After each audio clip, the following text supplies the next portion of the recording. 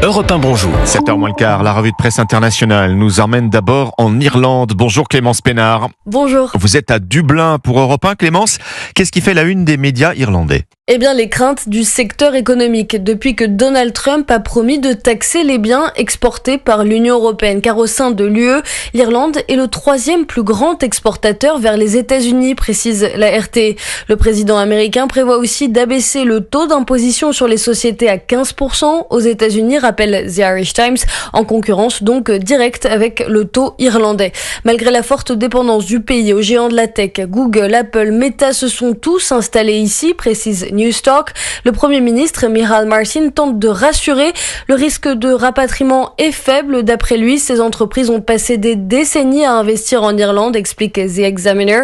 Tout de même, face aux menaces, un nouvel organisme consultatif a été créé hier, destiné à faciliter, sous l'administration Trump, un dialogue bilatéral entre les deux pays.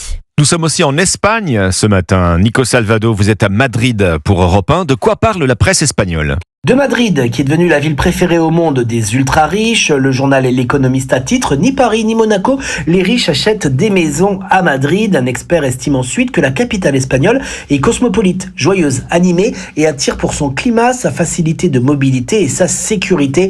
L'Espagne est la nouvelle Miami européenne, titre de son côté le quotidien conservateur La Razón.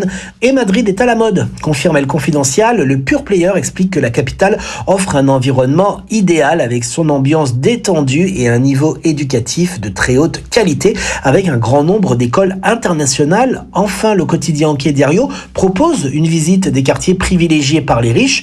Il se trouve au nord de la capitale, tout près justement des écoles internationales et surtout au vert et avec des hectares de propriété avec piscine, bien entendu. Mais bien entendu. Merci Nico Salvado à Madrid pour Europe 1. C'était votre revue de presse internationale sur Europe 1.